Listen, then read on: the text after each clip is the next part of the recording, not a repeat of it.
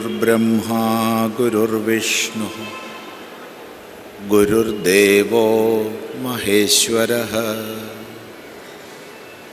ഗുരു സാക്ഷാത് പരം ബ്രഹ്മ തസ്മൈ ശ്രീ ഗുരവേ നമഃ. ഓം സദാശിവസമാരംഭാം ശങ്കരാചാര്യമധ്യമാം അസ്മദാചാര്യപര്യന്താം വന്ദേ ഗുരുപരമ്പരാം.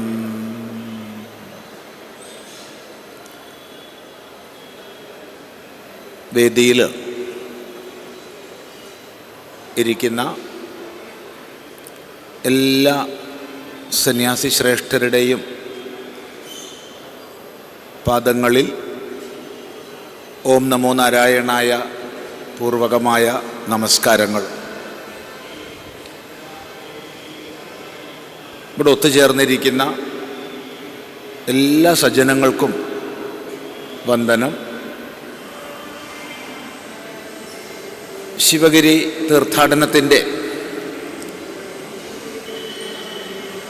തീർത്തും വിഭിന്നങ്ങളും അതേസമയം സമഗ്രവുമായ ഉദ്ദേശ്യ ലക്ഷ്യങ്ങളെ ഗുരുദേവൻ തന്നെ കൽപ്പിച്ചരുളിയതിൽ വളരെ പ്രധാനപ്പെട്ട ഈശ്വരഭക്തി എന്നുള്ള ഒരു പ്രമേയത്തെ സംബന്ധിച്ചാണ് ഈയൊരു സദസ്സിലെ ചർച്ച.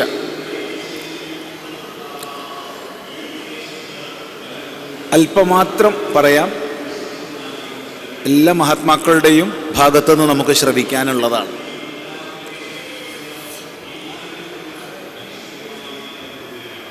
ഭക്തിയെ, ഭക്തനെ നമുക്ക് ഏറ്റവും പ്രാഥമികമായ തലത്തിൽ നിന്ന് ആരംഭിച്ച് വൈദിക ശാസ്ത്രം പറയുന്ന പരമമായ തലത്തിൽ വരെ നോക്കിക്കാണാവുന്നതാണ്.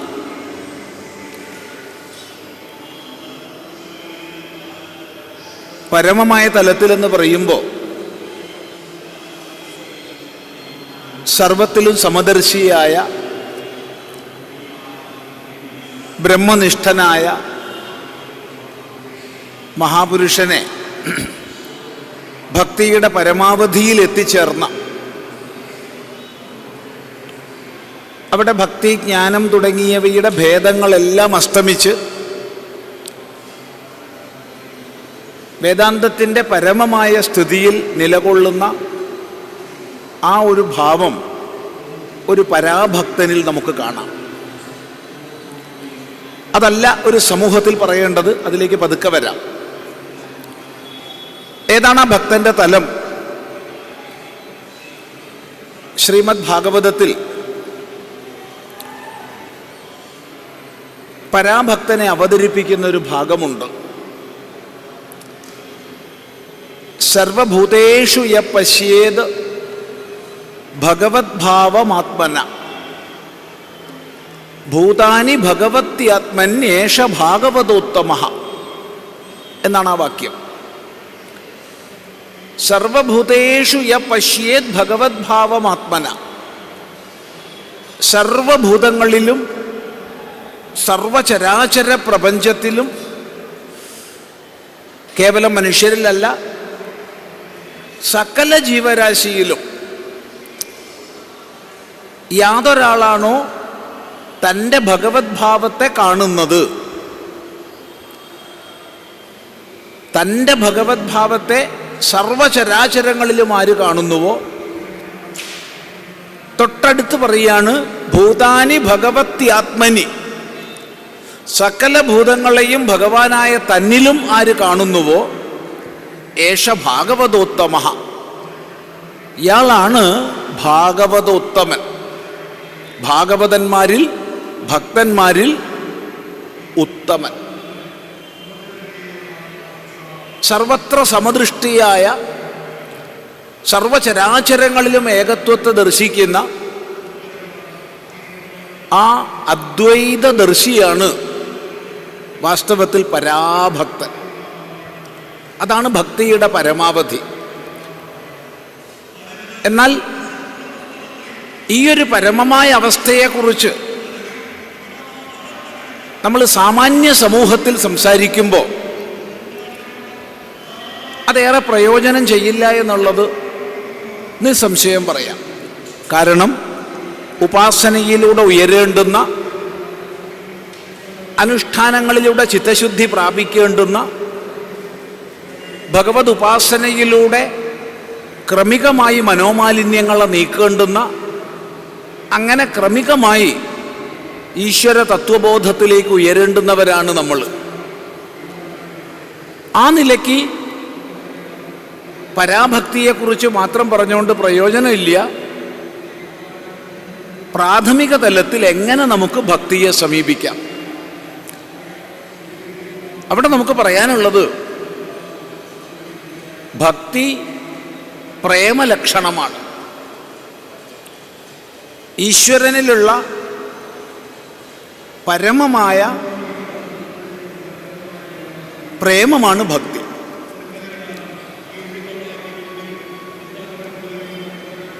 സാ ത്വസ്മിൻ പരമപ്രേമരൂപ എന്ന ഭക്തിസൂത്രം ഇവിടെ ശ്രദ്ധേയമാണ്. സാ ത്വസ്മിൻ പരമപ്രേമരൂപ എന്നാണ്, സാ തസ്മിൻ പരമപ്രേമരൂപ എന്നല്ല. എന്താണ് ഈ പറഞ്ഞതിൻ്റെ മാറ്റം?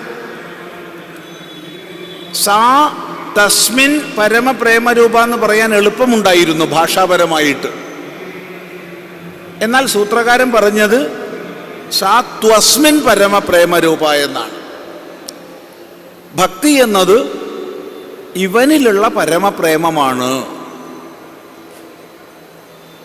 പരമപ്രേമം എന്ന് പറഞ്ഞാൽ അതിനേക്കാൾ കവിഞ്ഞ് മറ്റൊന്നില്ലാത്ത,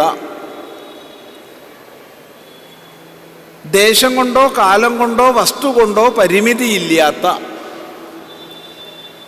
നിരതിശയമായ, താരതമ്യരഹിതമായ എന്നൊക്കെ അർത്ഥം പറയാം. അതാണ് പരമം. ഇപ്പം നമ്മൾ ഭഗവാനെ അല്ലെങ്കിൽ ഭഗവതി രക്ഷിക്കണേ, എൻ്റെ രോഗമൊന്ന് മാറ്റിത്തരണേ എന്ന് പ്രാർത്ഥിക്കേണ്ടെന്ന് പറഞ്ഞിട്ടില്ല. തീർച്ചയായിട്ടും അങ്ങനെ പ്രാർത്ഥിക്കാം. പക്ഷേ അത് പരമപ്രേമല്ല.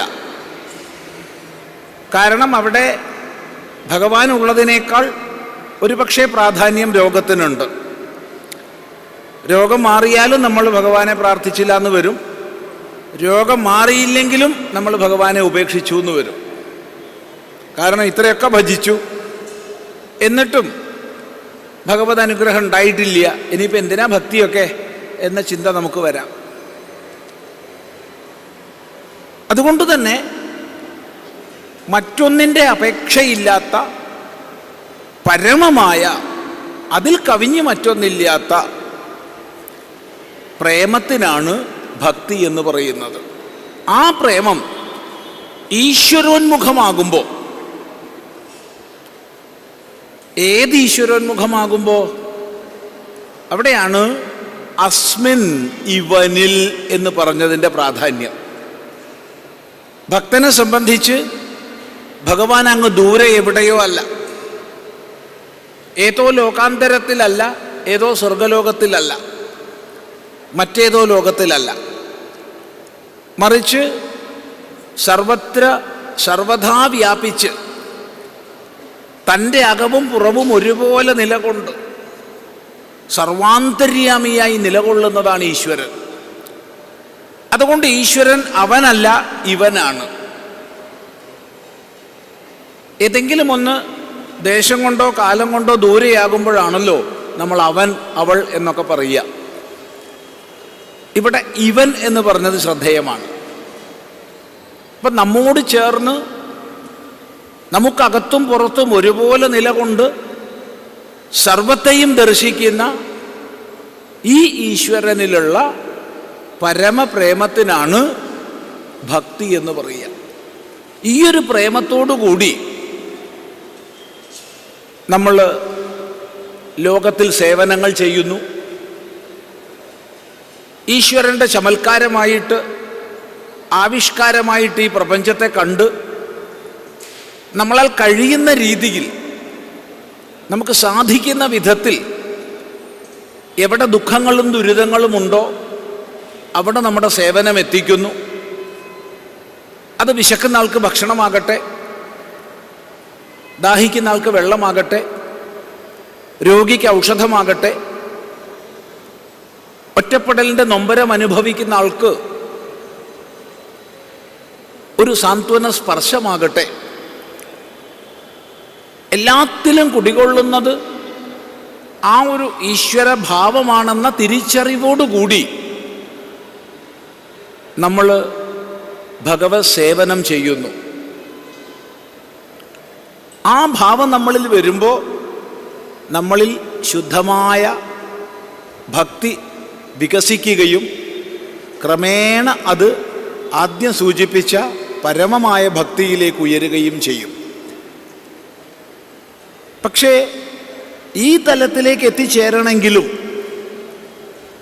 സാധാരണ വ്യക്തിയെ സംബന്ധിച്ച് അവൻ്റെ ചിത്തസംസ്കരണം അനിവാര്യമായി സംഭവിക്കണം.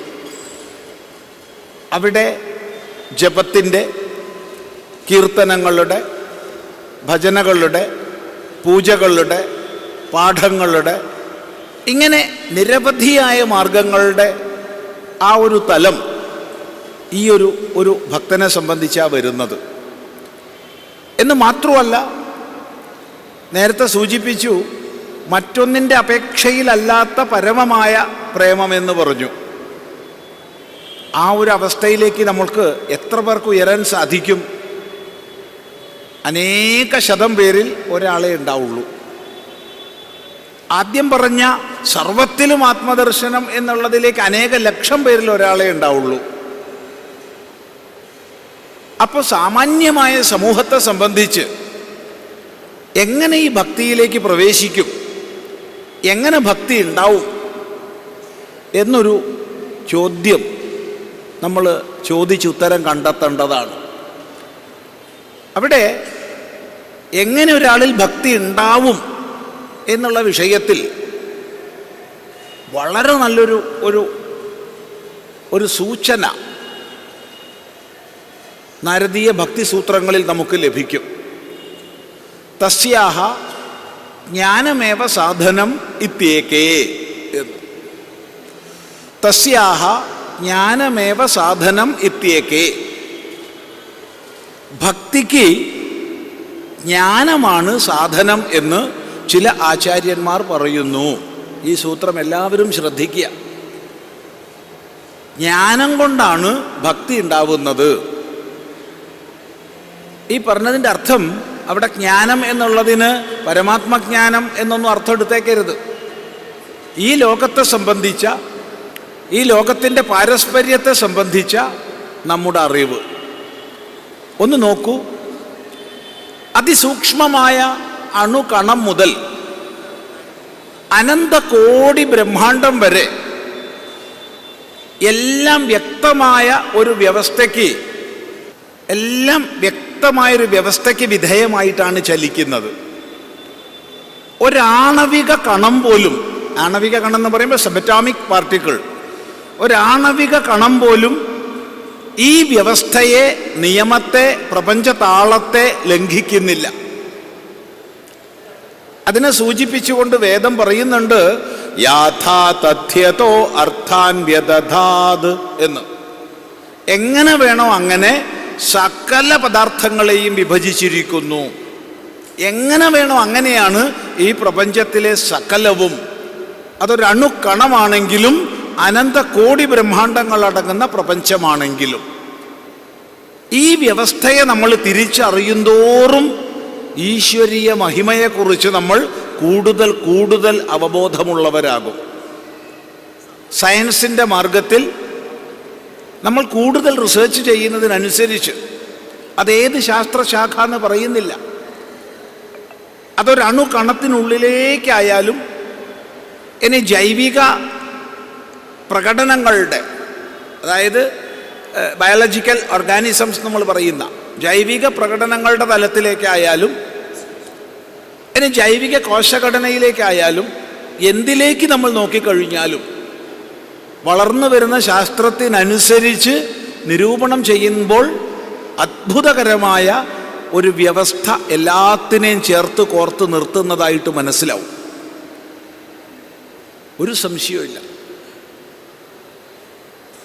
ആ വ്യവസ്ഥയ്ക്ക് അധീശനെയാണ് ധർമ്മസ്യ പ്രഭുരച്യുതോ. ഈ പ്രപഞ്ച വ്യവസ്ഥയുടെ യജമാനൻ പ്രഭു ഈശ്വരനാണ്, അച്യുതനാണ് എന്ന തിരിച്ചറിവിൽ സകല വ്യവസ്ഥകളുടെയും അധീശനിൽ നമ്മളിൽ തിരിച്ചറിവ് വളരുന്നതിനനുസരിച്ച് ആദരഭാവം വളരും, പ്രേമഭാവം വളരും. അതുകൊണ്ട് ഈ അറിവിൽ നിന്നാണ് ഭക്തി അങ്കുരിക്കുന്നത്. അപ്പം സ്വാഭാവികമായി ഈ ഭക്തി അങ്കുരിക്കുന്ന സമയത്ത് അവിടുത്തെക്കുറിച്ച് കേൾക്കാൻ, കേട്ടതിനെ പറയാൻ, പറയുകയും കേൾക്കുകയും ചെയ്തതിനെക്കുറിച്ച് സ്മരിക്കാൻ സ്വാഭാവികമായിട്ട് നമുക്ക് പ്രവൃത്തി ഉണ്ടാവും. അതായത് ശ്രവണം, കീർത്തനം, സ്മരണം. ഈ ശ്രവണ കീർത്തന സ്മരണങ്ങളിലേക്ക് നമ്മൾ പ്രവേശിക്കുമ്പോൾ പതുക്കെ പതുക്കെ ഈ പ്രപഞ്ചത്തിൽ ഞാൻ കാണുന്ന സകലവും ഈശ്വരൻ്റെ വിഭൂതികളാണ് എന്ന തിരിച്ചറിവ് വരും. ആ തിരിച്ചറിവിൽ നിന്നാണ് അടുത്തതിലേക്ക് കടക്കുന്നത്. അത് പാദസേവനമാണ്. പാദസേവനം എന്ന് പറഞ്ഞാൽ പാദോസ്യ വിശ്വാഭൂതാനി, ഈ സമസ്ത പ്രപഞ്ചങ്ങളും ഭഗവാന്റെ പാദമാണെന്ന തിരിച്ചറിവോടുകൂടി ഈ ലോകത്തിൽ നമ്മൾ ചെയ്യുന്ന സേവനം. അങ്ങനെ പാദസേവനത്തിലൂടെ ക്രമേണ നിരന്തരമായ അർച്ചന, നിരന്തരമായ അർച്ചന, അതിലൂടെയാണ് പരാഭക്തിയിലേക്ക് ഒരാൾ ഉയരുന്നത്. പരാഭക്തിക്ക് അനന്യഭക്തി എന്നും പറയാം. ആ പരാഭക്തിയിലേക്ക് എത്തിച്ചേരുമ്പോഴോ എല്ലാത്തിനെയും ഭഗവത് ഭാവത്തിൽ കണ്ട് താൻ അവയുടെ ദാസനാണെന്നോ അല്ലെങ്കിൽ ഭഗവാൻ തൻ്റെ സഖാവാണെന്നോ, ഈ സഖാവ് എന്നൊക്കെ പറയുമ്പോൾ ഇന്നത്തെ കാലത്ത് ആൾക്കാർ തെറ്റിദ്ധരിക്കൂട്ടോ. സഖാവ് ഇല്ലേ, സഖാവ് എന്നുള്ള വാക്ക് കേരളത്തിൽ പ്രത്യേകിച്ച് മലയാളികൾക്കിടയ്ക്ക് വളരെ തെറ്റിദ്ധാരണ ഉണ്ടാക്കുന്ന ഒരു വാക്കാണ്. ആ സഖാവിനല്ല ഇവിടെ ഉദ്ദേശിച്ചത്. ഇവിടെ ഉദ്ദേശിച്ചത് നമ്മുടെ എല്ലാവരുടെയും കൂട്ടുകാരനായി നിലകൊള്ളുന്ന സഖാവ്, അതാണ്. ആ ഭാവങ്ങളിലേക്ക് ഉയർന്ന് ഭഗവത് ദാസഭാവത്തിൽ കഴിഞ്ഞ് ക്രമേണ തന്നെ തന്നെ നിവേദിക്കുന്ന ആത്മനിവേദനം എന്നുള്ള അവസ്ഥയിലേക്ക് എത്തുമ്പോൾ പ്രാഥമിക തലത്തിൽ ആരംഭിച്ച ഭക്തി പരമമായ ആദ്യം സൂചിപ്പിച്ച സർവത്ര സമദർശനം എന്നുള്ളതിലേക്ക് ഉയരും. ഈ ഒരു ഭക്തിയുടെ മാർഗം ഇത് നാമരൂപങ്ങളെ സ്വീകരിച്ചുകൊണ്ട് ഏതൊരു ഭക്തനും ഏതൊരു വ്യക്തിക്കും ആശ്രയിക്കാവുന്ന മാർഗങ്ങളെ നമുക്ക് നൽകിക്കൊണ്ട് മുന്നോട്ട് പോകുന്ന ഒരു വിധാനമാണ്. അവിടെ ശാസ്ത്രീയമായി നമ്മൾ അവയെ തിരിച്ചറിഞ്ഞ് മുന്നോട്ട് പോകാൻ നമുക്ക് സാധിക്കട്ടെ എന്ന് മാത്രമേ പറയാനുള്ളൂ. എന്തുകൊണ്ട് ശാസ്ത്രീയമായി എന്ന് പറഞ്ഞു എന്ന് ചോദിച്ചാൽ, ഭക്തിയുടെ പേരിൽ നടക്കുന്നത് പോലെ ഇത്രയ്ക്കധികം അനാചാരങ്ങളും ദുരാചാരങ്ങളും മറ്റൊന്നിൻ്റെ പേരിലും നടക്കുന്നില്ല. ഭക്തിയുടെ പേരിൽ നടക്കുന്നത് പോലെ ചൂഷണങ്ങൾ മറ്റൊന്നിൻ്റെ പേരിലുമില്ല. അതുകൊണ്ട് ശാസ്ത്രീയമായി എന്താണ് ഭക്തി എന്നും അതിൻ്റെ ക്രമികമായ ഉയർച്ച എന്താണെന്നും നമുക്ക് മനസ്സിലാക്കാൻ കഴിയണം.